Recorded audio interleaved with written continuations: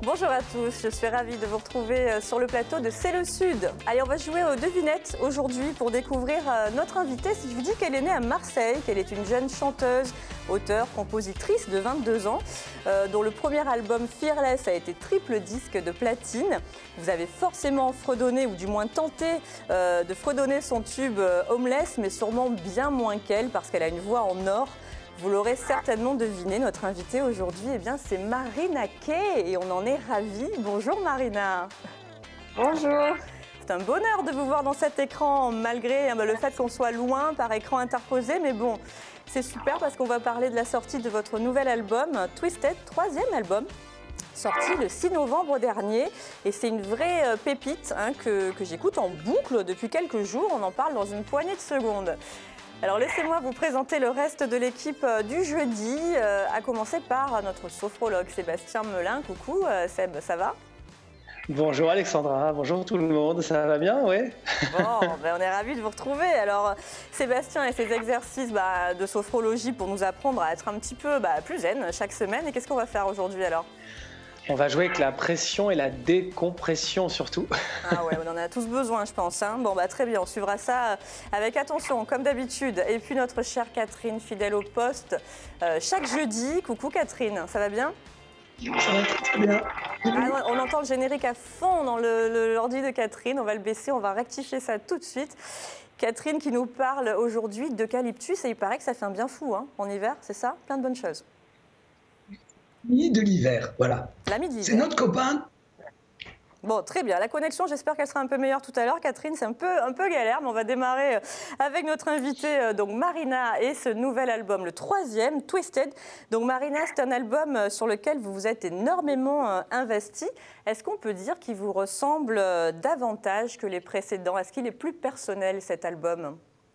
Non, je pense qu'ils le sont tous. C'est juste que celui-là, voilà, il est un peu plus introspectif, ce qui rajoute une autre dimension aux chansons et aux paroles. Mais je pense que chacun a vraiment résumé ce que j'étais à chaque période où je l'ai écrit, en fait. Et là, vous êtes dans quelle période alors? Là, je suis sortie de la période Twisted parce que bon, j'ai fini de l'écrire en fin 2018, donc je suis déjà passée à autre chose, entre guillemets. Mais bon, on verra sur le quatrième album, du coup. Bon, en tout cas, vous êtes entouré d'un duo de compositeurs londoniens qui ont notamment travaillé avec Selena Gomez ou encore les Jonas Brothers. Que vous ont-ils apporté, justement, sur votre travail? Ils m'ont vraiment aidée à me réaliser en tant que parolière, en tant que productrice et aussi en tant que chanteuse parce que je n'avais pas encore utilisé ma voix de la façon dont je l'ai utilisée dans cet album. Je vais vraiment partout, très en haut, très en bas. Et ils m'ont surtout appris à lâcher prise et à arrêter de vouloir contrôler ma musique et à aller à des endroits où je pensais que j'irais pas avant, en fait. Oui, donc vous êtes permis finalement davantage de choses sur cet album que sur les précédents. Il y a du lâcher-prise quelque part. Totalement. On va voir avec le sophrologue tout à l'heure, il nous donnera son avis. Alors l'anglais, c'est la langue dans laquelle vous vous sentez le plus à l'aise pour chanter, puisque tous vos albums sont en anglais. Pourquoi? Est-ce que c'est justement une langue qui permet plus de liberté ou alors une forme de carapace? Non, je pense que c'est juste c'est un choix que j'avais envie de faire parce que j'ai toujours écouté beaucoup de musique anglo-saxonne et puis que j'ai juste eu la chance de bosser avec des gens qui m'ont permis de le faire parce que je connais quand même énormément d'artistes qui auraient aimé être en anglais mais on leur a pas permis de le faire. Ouais. Donc c'est un espèce de fantasme qu'on a. Et si moi aussi je chantais en anglais et puis je l'ai juste réalisé, quoi. Il faut dire que ça sonne bien, l'anglais, finalement, aussi, sur ce type de chanson. Alors, un mot sur le titre de l'album qui a son importance. Alors, Twisted, qui signifie, à proprement parler, tordu en anglais, ou plus sobrement complexe. Est-ce que vous faites allusion, là, clairement, à votre personnalité, Marina? Oui, oui, totalement. Enfin, tout l'album, en fait, il parle de ma personnalité, de mon tempérament, de ma façon d'être. Après, c'est vrai que voilà, tordu en français, je trouve que c'est un peu péjoratif, contrairement à twisted, qui veut dire la même chose, mais qui sonne mieux. Oui, c'est ça. Et c'est pour ça que je me penche plus vers complexe. Et comment vous vous définiriez justement? Parce qu'alors oui, complexe, ça résume un petit peu votre personnalité, mais si vous deviez vous définir, vous, en quelques mots, que diriez-vous? Dur, Oh hein? là là, Aïe, aïe, ouais, aïe, aïe, aïe. vraiment dur. La timidité, oui, c'est quelque chose que vous ressentez toujours, parce qu'à vos débuts, vous disiez que vous étiez assez timide, mal à l'aise avec les médias, que c'était compliqué pour vous de communiquer, que vous avez été parfois mal perçu. J'avais 16 ans, j'étais un bébé, Ah oui, j'arrivais dans un milieu... Enfin, le truc, c'est qu'on nous pousse dans une piscine et on nous dit maintenant nage. Enfin, c'est vraiment... On a aucune idée de ce qu'on devrait faire. La seule chose qu'on aimerait faire, c'est de la musique et on se retrouve à devoir gérer des interviews, apprendre à parler, à pas dire certaines choses, à dire ci, à machin. C'est super compliqué. Donc, aujourd'hui, je pense que je me qualifierais de plutôt juste bien. J'ai toujours mes pardons, comme tout le monde, mais je les gère beaucoup mieux et en tout cas, je me sens heureuse. Plus sereine. Oui. On va écouter justement un extrait du titre de ce premier album, Twisted. Voilà, on l'écoute et ça va vous faire plaisir, vous allez voir, aux oreilles, du bien aux oreilles. Allez, on écoute Marina Kaye.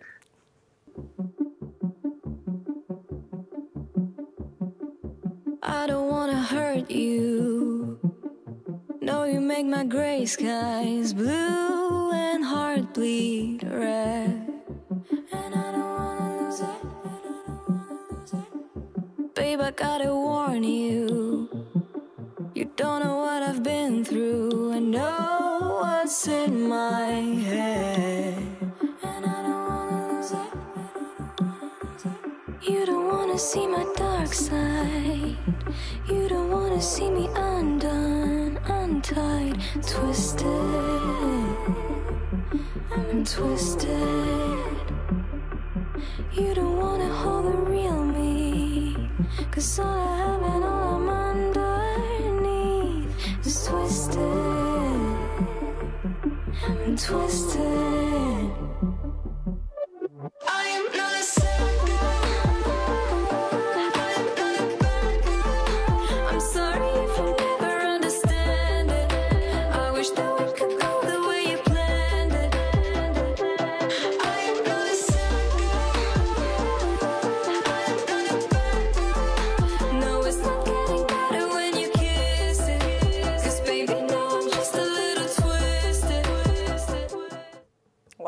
Alors l'avis de notre Sébastien Melin là, qui vous écoute avec vos anciens titres en boucle lui, depuis hier soir.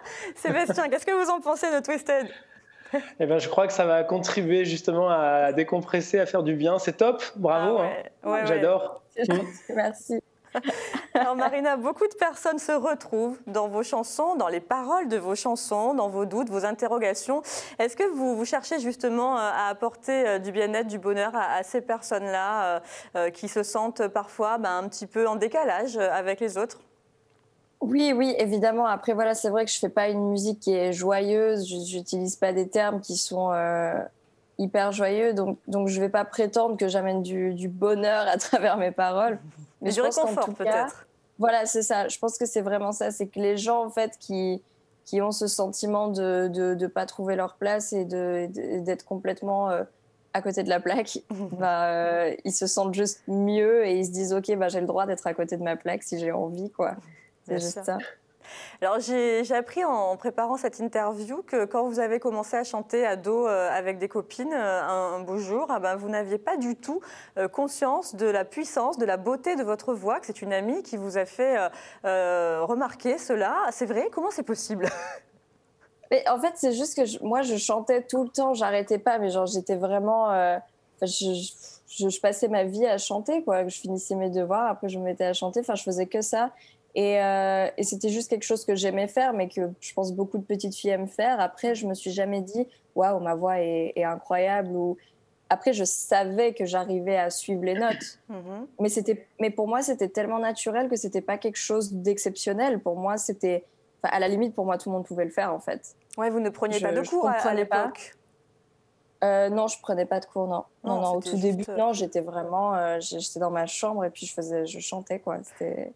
Bon, elle a bien fait, cette copine, on la remercie aujourd'hui, hein, non? Ouais. Clairement, ouais. Alors, on va écouter un second extrait de cet album Twisted. Il s'agit de The Wall 9. On écoute. When you look in my eyes, see the regret. You know my past is hard to forget. I know you say I don't give a damn. They call me blind. If we go the whole night and fall at the finish line, will you be there to dry my eyes?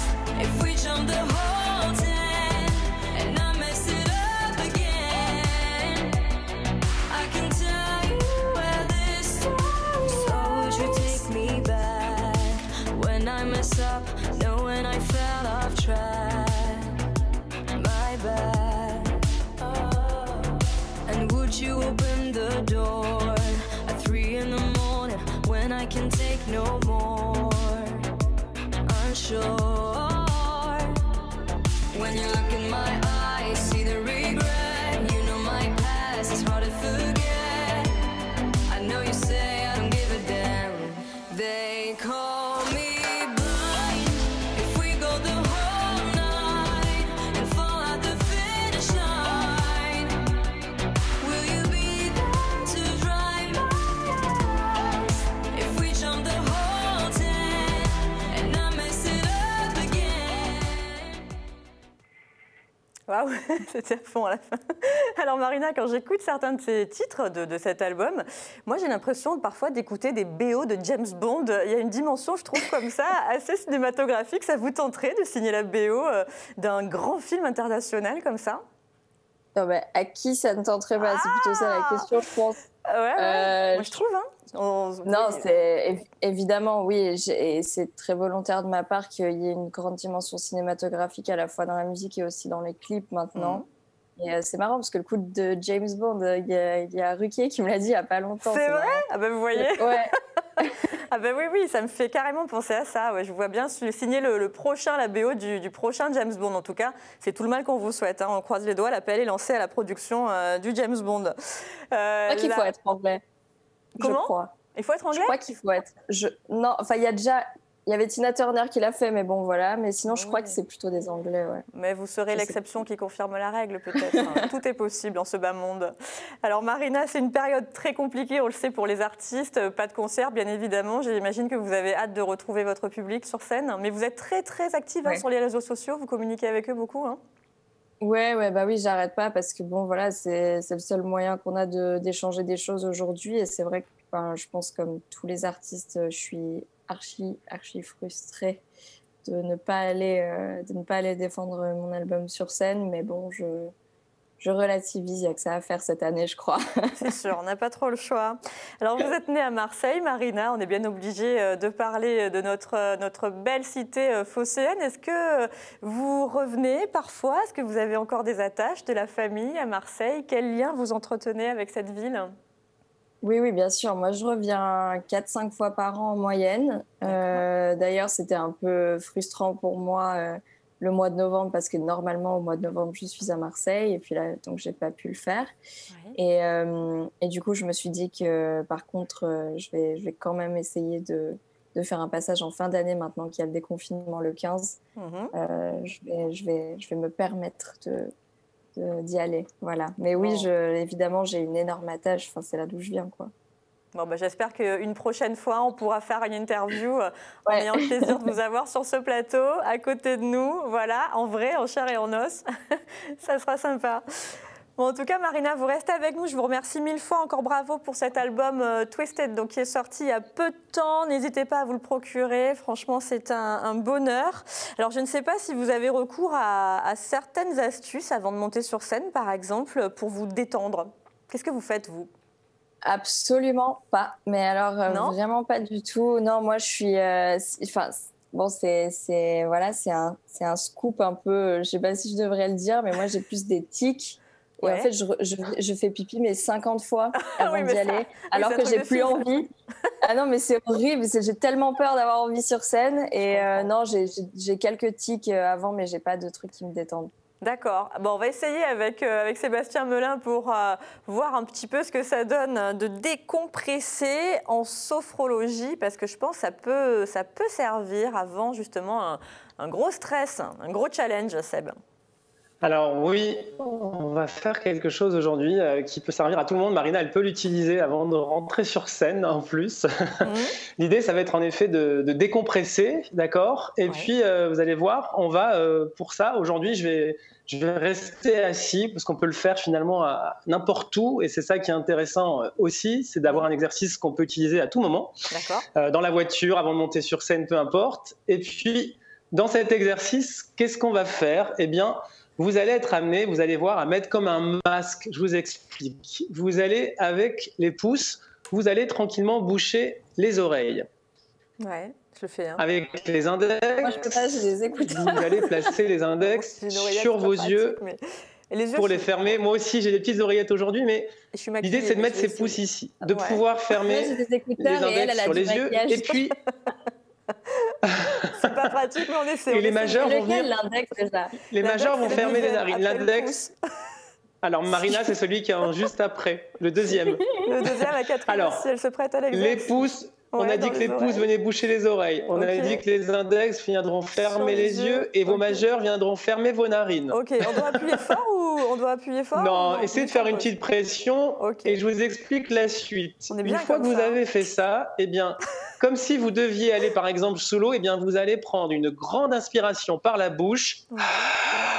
Comme ceci, vous allez retenir votre respiration, bloquez tout, faites monter la pression dans le nez et puis...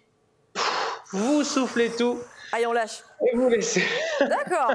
C'est bien parce qu'on n'a jamais l'air ridicule en sophrologie. J'adore ça, Seb. À chaque fois qu'on fait des exercices. Jamais.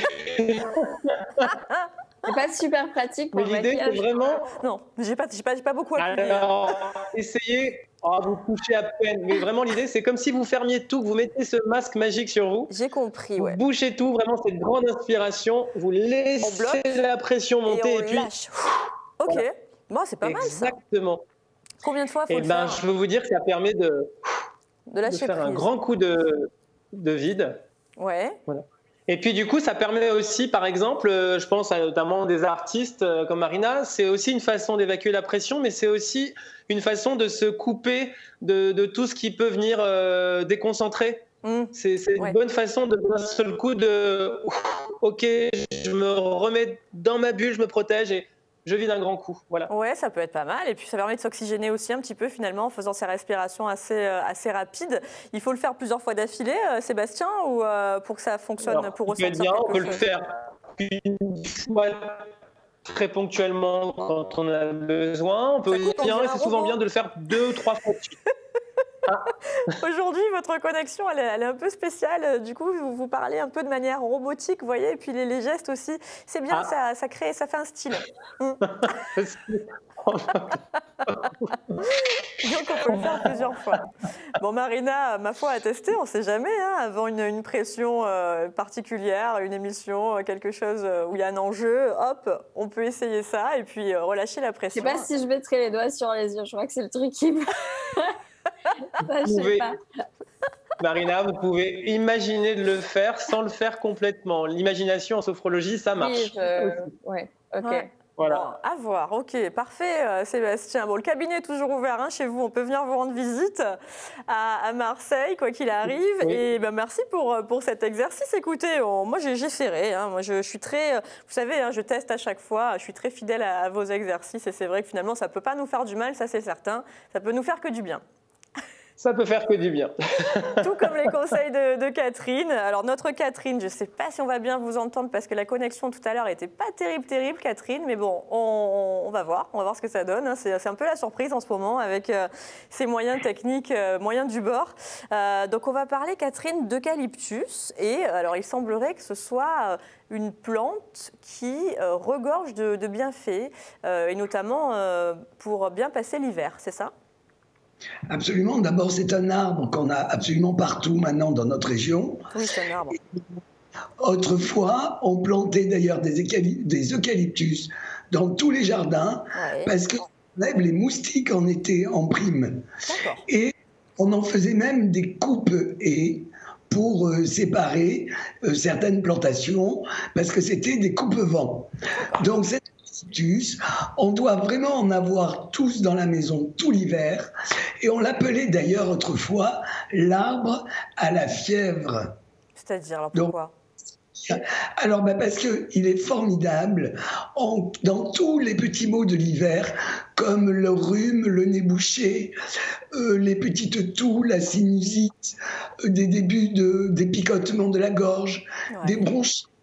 Et en plus, il enlève les microbes, ce qui, en ces temps un peu compliqués, est pas si mal pour nous tous. C'est sûr.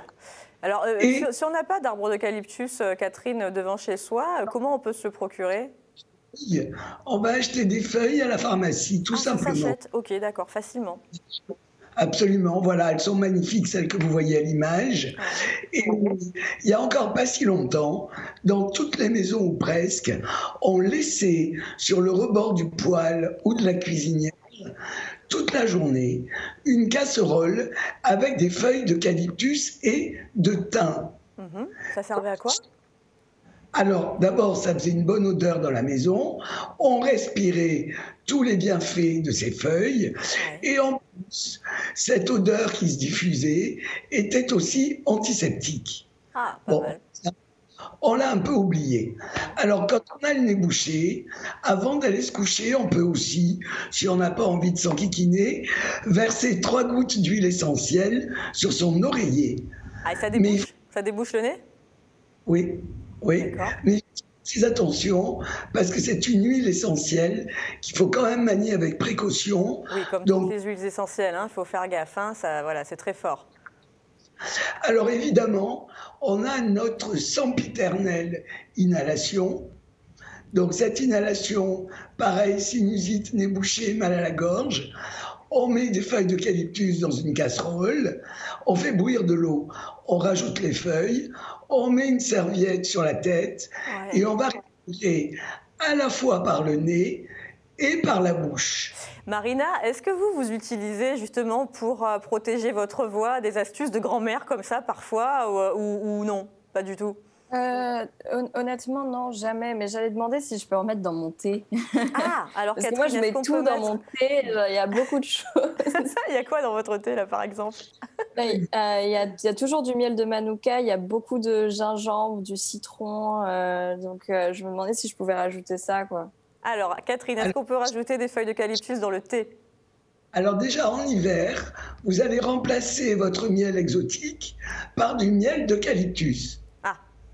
Et vous allez voir, comme ça va vous faire du bien.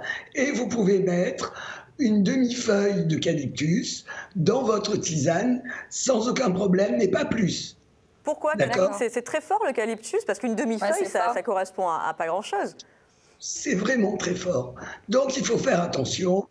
En revanche, le miel d'eucalyptus, si on en prend tous les jours au petit-déj pendant l'hiver ou qu'on en met dans ses tisanes, ça va faire vraiment un bien fou. D'accord, donc à la gorge, aux voies respiratoires, à tout ça, Absolument. Alors ensuite, aussi, si on a quelques petites douleurs articulaires, fabriquer une huile magique qui est une d'eucalyptus. D'accord, on la fabrique soi-même.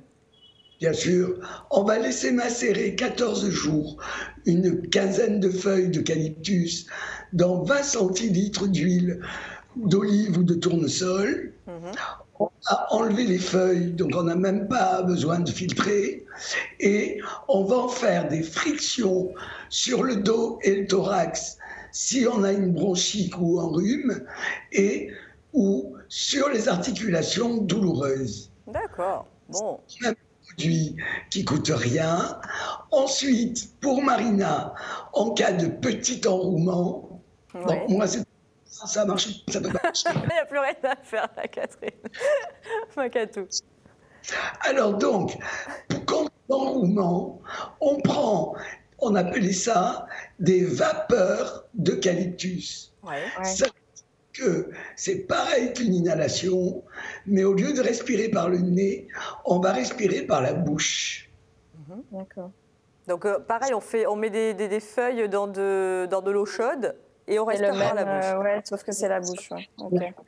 Avec la cigarette sur la tête, d'accord. Et si on est un petit peu aphone, là, on va mettre des compresses très chaudes de tisane d'eucalyptus sur le cou et on va prendre des bains chauds d'eucalyptus. Normalement, quand on a une aphonie légère, ben ça la soulage. Donc un bain d'eucalyptus, Catherine, un bain, on met des feuilles d'eucalyptus dans son bain?